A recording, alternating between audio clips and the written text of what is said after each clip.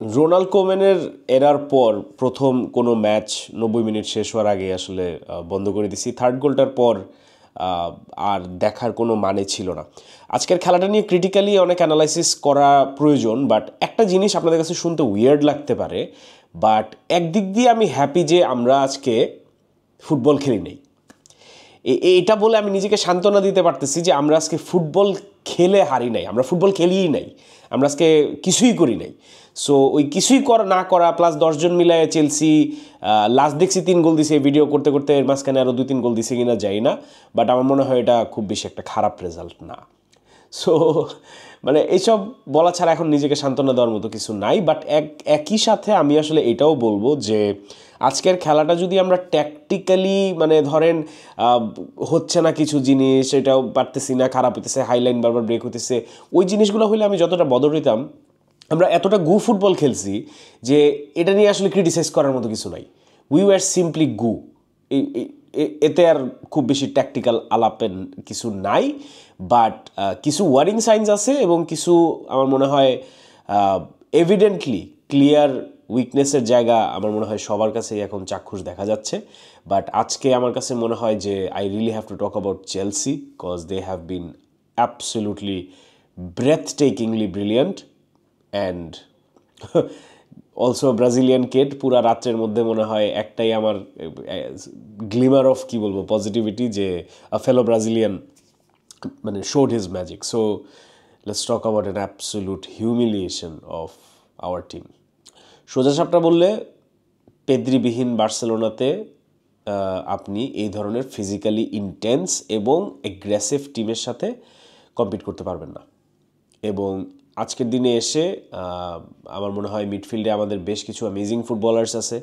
De Jong has been brilliant this season, Fermin has been absolutely magical, কাসাডো has been good যখন ওকে দরকার লাগছে। সবাই সবার জায়গা থেকে কন্ট্রিবিউট করছে এবং সবাই সবার জায়গা থেকে আমার মনে হয় is pivotal to the team, but no one is Pedri. Literally no one is Pedri. আজকে আমি মাঠের মাঝখান দিয়ে 60 মিনিটের মতো 70 মিনিটের মতো খেলা দেখছি, মাঠের মাঝখান দিয়ে আমি বল যেতে দেখিনি। হয় উপর দিয়ে উইংয়ে কেউ টানছে, নাইলে বালদে টানছে, নাইলে লামিন টানার চেষ্টা করছে। আজকে মিডফিল্ডে আমরা খেলতেই পারি নাই। There were no central compactness, zero. And অন্যদিকে Chelsea with Caicedo just absolute monster, with Enzo he had a brilliant game.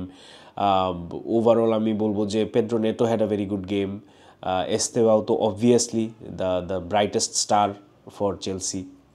So আমার কাছে মনে হয়েছে যে it is really unfortunate to lose Pedri in the way that we did. আমার মনে হয় যে এই টিমটাতে সবচেয়ে indispensable player Pedri, and it's not even up for debate. He is a class apart. এবং আজকের মতো খেলাগুলোতে আসলে কিছু প্লেয়ার জাত চেনাই, যেরকম জাত চেনাইছে আজকে রোনাল্ড আরাউখো। দেখেন, আমি রোনাল্ড আরাউখোকে কেন ডিফেন্ড করি সবসময়, আমি একটা জায়গাতেই বলতাম যে ও ডিফেন্সিভলি একটা ওল্ড স্কুল সেন্টার ব্যাক জায়গা থেকে আসলে যেরকম প্রোফাইল, যেরকম অ্যাট্রিবিউটস আমরা এক্সপেক্ট করি, এই মালটার ওই জিনিসগুলো আছে। মালটার যেটা নাই, এখানে কোনো কলকবজি নাই, খালি ভেকেন্ট। সো এই ভেকেন্ট খালি জায়গা নিয়ে আমি কি গালাগালি করবো ওরে? নাই, আল্লাহ সবাইরে ব্রেইন দেয় না, এখন ওরে দেয় নাই, ফুটবলিং আইকিউ ওরে দেয় নাই, কি করুম?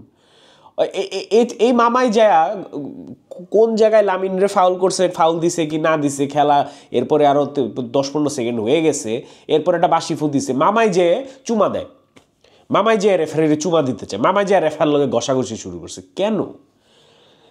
You are a bloody captain, you are wearing the arm band. I mean, তুমি কেন রেফারিরে চুমা দিতে যাবা মাঝখানে ফর আ ননসেন্স, মানে অ্যাবসলিউটলি নো রিজন এমন একটা ডিসিশন নিয়ে তুমি হাউদাই গ্যাঞ্জাম করতেছো। ওকে যাও, গ্যাঞ্জাম করছো, তোমার চুলকানি বেশি শরীরে করছো, এরপরে তুমি মানে ধুইনচা জানো না যে তুমি ইয়েলো কার্ডে আসো? হ্যাঁ, তুমি লাল কার্ড না খাইলে যে আমরা অনেক মানে ছিঁড়া ফালাইতাম চেলসিরে, হইতো না আজকে। চেলসি যে ধরনের মুডে এবং যে ধরনের সুইংয়ে পুরা ম্যাচ খেলছে, আমরা এমনিও 2 গোল 3 গোল খাইতাম।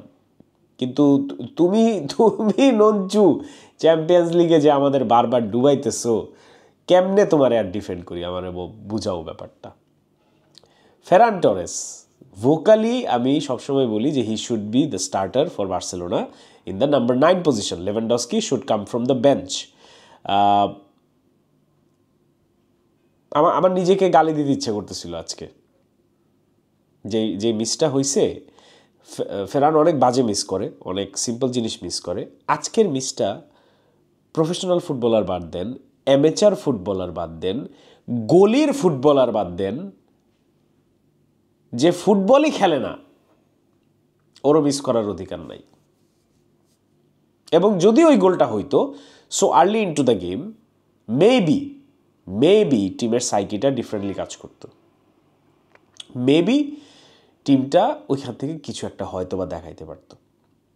কিন্তু আমার সবচেয়ে বড় ফ্রাস্ট্রেশনের জায়গা এটা যে আমরা অফ দ্য বল এত এত আউট অফ শর্টস ফুটবল খেলি, এবং অন দ্য বল আমরা এত ঘাবড়াই যাই যখন আমাদেরকে কোনো ফিজিক্যালি ইন্টেন্স টিম ফেস করা লাগে। এইটার কোনো যুক্তিসঙ্গত ব্যাখ্যা থাকতে পারে না।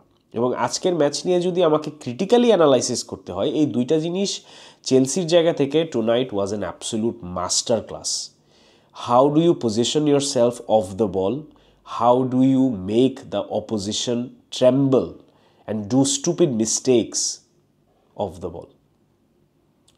প্রেসিংয়ের জায়গা থেকে বার্সেলোনা ট্রাই করে না এটা আমি বলবো না, বার্সেলোনা হাই প্রেস করার ট্রাই করছে কিন্তু এটা কাজ করে নাই। Chelsea had very good midfield controllers, pacey wingers, good on the ball players.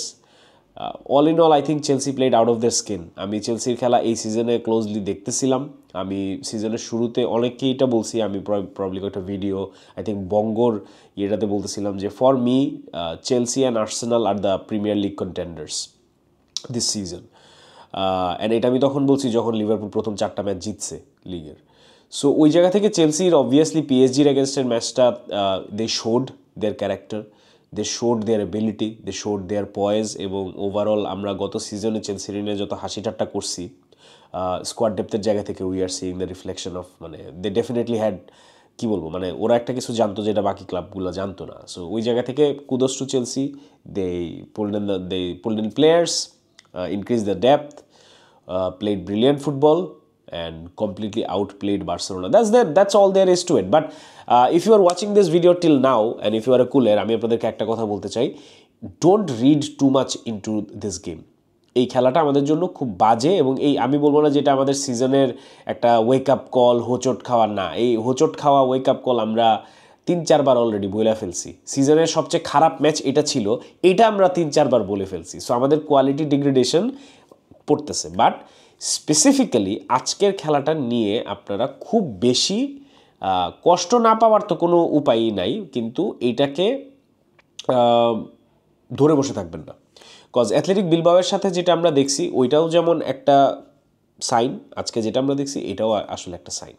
আমার কাছে মনে হয় যে টিমটা মাত্র প্লেয়ারগুলোকে ফেরত পাইতেছে। আমার কাছে মনে হয় যে টিমটা এখনও ফুলি ফিগার আউট করে নাই ডিফেন্সে কি, মিডে কি, ফ্রন্টে কি।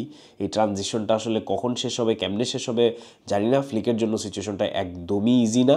বাট অল ইন অল আমার কাছে মনে হয় যে I wouldn't personally read way too much into tonight's game.